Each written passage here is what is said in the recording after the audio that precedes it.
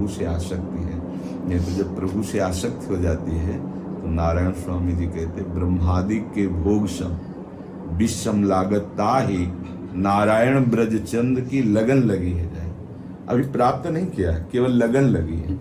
श्री पूज्यपाद उड़िया बाबा जी सुनाते थे, नहीं खान पान ते भावे है, नहीं कोमल वसन सुहावे है, सब विषय लगे ते खारा है, हरि आशिक का मग न्यारा है। उसे संसार प्यारा कैसे लग सकता है? जो जग गया उसे स्वप्न सत्य कैसे लग रहा है? तो अभी हम मोह निशा सब सोवनिहारा, तो देखें स्वप्न अनेक प्रकारा, नानात्व का दर्शन कर रहे हैं। भ्रमात्मक माया के द्वारा जो रचा हुआ है, जैसे स्वप्न में मन के द्वारा रचा हुआ सारा का सारा खेल होता है, ऐसे ही भगवान ने अपनी माया के द्वारा अपने आप को विस्तारित करके ये खेल के हैं। एक ही श्री कृष्ण, दो नहीं है। एको ब्रह्म द्वितीयो नास्ति, ऐसा उपनिषद कहते हैं, ऐसा वेद कहते हैं। तो हम क्या करें कि हमें भगवान में आसक्ति है कि नहीं, ये बात जानने की चेष्टा नहीं करनी। हमें ये बात देखने की चेष्टा करनी कि हमारा स्मरण कितना चलता है, हमारा प्रीतम प्रभु का स्मरण कितना चलता है। जो हमें गुरु ने मंत्र दिया है, नाम दिया है, जो हमें उपासना पद्धति दी, हम कितना उसे चलाते हैं, क्योंकि यही काटेगा। जैसे अग्नि कितना भी कोई कूड़ा करकट जमा कर ले, वो अपना स्वरूप जैसे जैसे प्रज्वलित करेगी, ज्वाला बनेगी, सब भस्म कर देगी। ऐसे ये भक्ति अग्नि है समस्त विकारों को भस्म करने के लिए। जैसे जैसे आपकी भक्ति बढ़ेगी वैसे वैसे सब मायामल भस्म होता चला जाएगा और शुद्ध निर्मल मन हो जाएगा। जिसे भगवान कहते हैं निर्मल मन जन सो महि पावा, मोहि कपट छल छिद्र न भावा। तो निर्मल करने के लिए भक्ति है, समस्त धर्मों का फल है श्री कृष्ण चरणारविंद में भक्ति हो जाना। श्री कृष्ण कृपा करते हैं तब श्री किशोरी जी के चरणों में प्रेम होने लगता है। तो हम धीरे धीरे नाम में प्रीति करें, मंत्र में प्रीति करें, वाणी में प्रीति करें, सेवा में प्रीति करें, सत्संग में प्रीति करें। यही सब मिल करके हमारी जितनी आसक्तियां सबको धीरे धीरे खत्म।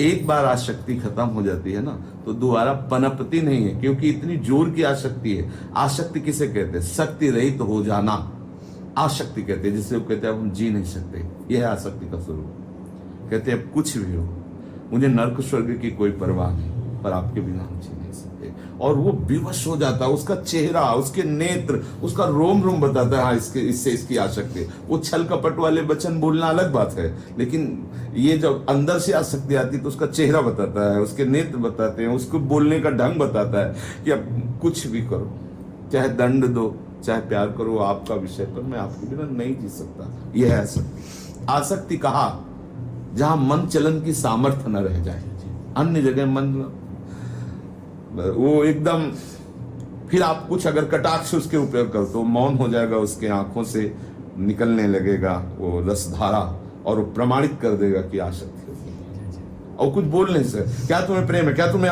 वो कुछ नहीं बोलेगा। वो प्रमाणित नहीं करेगा कि मुझे आपसे प्यार है, वो उसका रोम रोम प्रमाणित करेगा कि प्यार है। बस ठीक प्रभु से ऐसा ही भक्त प्यार करता है। तो जितना जितना हम सत्संग के प्रभाव से अपनी बुद्धि को शुद्ध करते जाएंगे, सत्संग ही वो मंजना है जो बुद्धि को मांझ के पवित्र करता है। और बुद्धि ही पूरे डिपार्टमेंट की अधिकारिणी है। जो अंतःकरण पूरा इंद्रियों सहित उसका निश्चय बुद्धि से ही होता है। ये चीज लेनी है या नहीं लेनी, ये सुखद है या दुखद, सब का सब निश्चय उसी से। जब वो निश्चय कर देती तब वही मन कोई कार्यरत होता है, स्वयं वो कुछ नहीं कर सकता, बुद्धि का सपोर्ट होता है। तभी भगवान ने दो के लिए विशेष कहा है, मैं ये वो मन आदस्व मैं बुद्धि निवेश है। अगर बुद्धि प्रभु में लग गई, मन प्रभु में लग गया तो आप परमानंद में निमग्न हैं, परमानंद में डूबे। तो हम नाम जप के प्रति चिंतन करें, स्मृति के प्रति हमारा चिंतन हो कि कितना हो रहा है।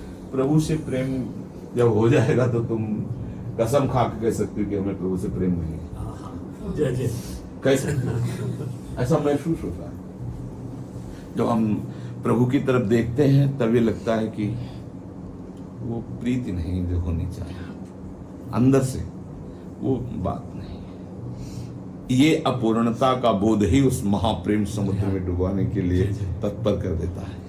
अगर तनिक भी आ गया मुझे प्रभु से प्रेम है तो झूठा है। प्रेमी कभी ऐसा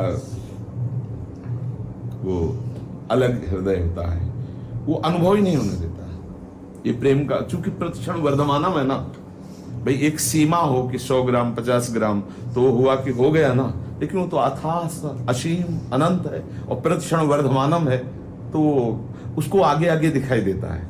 अब जैसे अपने लोगों के चिंतन क्या रहता है, जो अपने आगे महापुरुष हैं कितना प्यार से भी करते हैं, फिर सखिया 8 पहर केवल प्रिया प्रीतम की सेवा, हमारी कहाँ है, हमारी कहाँ स्थिति है, हमारा प्रेम कहाँ है?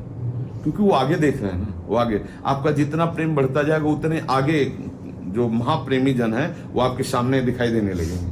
कैसा प्रेम, कृष्ण बोलते ही बेहोश हो गए, मूर्छित हो गए, एक एक रोम रोम उनका पुलकित हो गया, आंसुधारा में कहाँ हमारे प्रेम हो। तो महाप्रभु चैतन्य देव नदिया ग्राम के जितने भी वैष्णव थे सबके चरण पकड़ते थे, वो कहते थे मुझ प्रेमहीन को प्रेम प्रदान कर दो, जबकि प्रेमा अवतार है। पहले श्री लालजू प्रेम समुद्र हैं और प्रियाजू से यही प्रार्थना करते हैं कि आप अपने श्री चरणों के प्रेम का मुझे दान कर दीजिए। हे नवल किशोरी जी, आप तो परम उदार हैं, हमें थोड़ा सा प्रेम दे दीजिए। सखियों से कहते हैं जैसा आपको प्यार है लाडली जी से ऐसा मुझे प्यार है। वो प्रेम में बिके हुए हैं, तो प्रेम कभी पूर्णता का अनुभव नहीं होने देता, क्योंकि वो असीम अगाध प्रतिक्षण वर्धमान है। उसी को हम आसक्ति कहते हैं, उसी को हम संसार की तरफ जब बोलते हैं तो उसे आसक्ति कहते हैं, और जब प्रभु की तरफ हो जाती है तो उसे प्रेम कहते हैं। कोई नई चीज नहीं है, कोई प्रेम नई चीज नहीं, हमारा स्वभाव है, प्रेम के बिना हम रह नहीं सकते,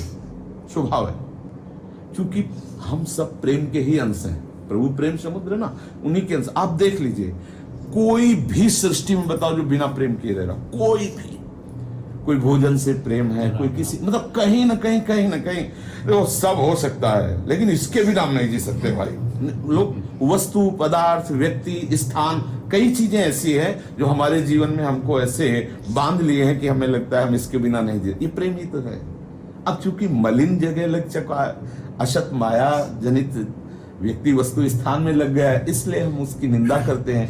नहीं तो प्रेम तो चूंकि हमारे अंशी महाप्रेमी है ना, तो हम उनके अंश है, तो प्रेम करना स्वभाव। अब देख लो, पूरी सृष्टि को देख लो, कोई भी चेष्टा रथ है तो उसके मूल में उसका प्रेम है। अब वो मलिन जगह लगा हुआ है, अब पूरा झांक के अपने हृदय को